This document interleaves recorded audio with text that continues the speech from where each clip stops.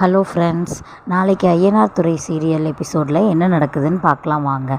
ஒரு வழியாக நிலாவும் சோழனும் மனோகரோட வீட்டுக்கு போயிடுறாங்க. எல்லோரும் ஒரு மாதிரி ஷாக்காக நிற்கிறாங்க. அப்போது மனோகர் அவங்க அம்மாவை, நிலாவோட அம்மாவை கூப்பிட்டு ஆரத்தி எடுங்க அப்படின்னு சொல்கிறாங்க. அவங்க அப்படியே பார்த்துட்டே நிற்கிறாங்க. நிலாவோட அண்ணி நான் எடுத்துகிட்டு வரேன் அப்படின்னு சொல்லிட்டு எடுத்துகிட்டு வராங்க.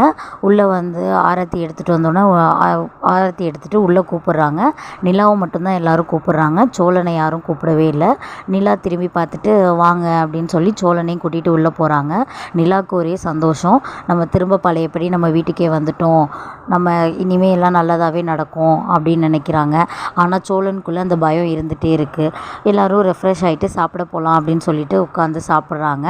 அப்போது சாப்பிட்டு முடித்ததுக்கப்புறம் நிலா அவங்க ரூமுக்கு போய் அவங்க அண்ணி கூட பேசிகிட்டு இருக்காங்க.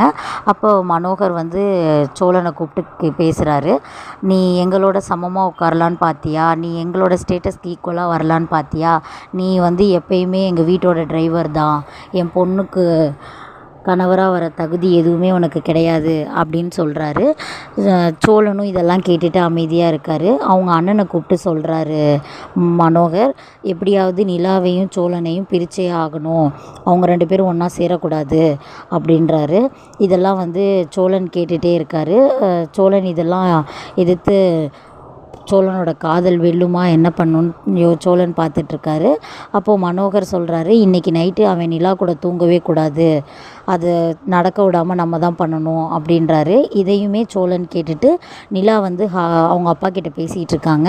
அப்போ வந்து சோழன், நம்ம ரூமில் ஏசி இருக்குல்ல அப்படின்னு கேட்குறாங்க. அப்போ நிலா சொல்கிறாங்க, நீங்கள் என் கூடயே படுத்துக்கோங்க, நீங்கள் போய் தனியாக படுக்க வேண்டாம், வீட்டில் எல்லோரும் ஏதாவது நினச்சிக்குவாங்க அப்படின்னு சொல்கிறாங்க. உடனே சோழன் வந்து அவங்க அப்பாவை பார்த்து சிரிச்சுக்கிட்டு, அப்போ வாங்க நம்ம போய் தூங்க போகலாம், வாங்க நம்ம பெட்ரூம் போகலாம் அப்படின்னு சொல்லி கூட்டிகிட்டு போகிறாரு. அதோடு இன்றைக்கி எபிசோட்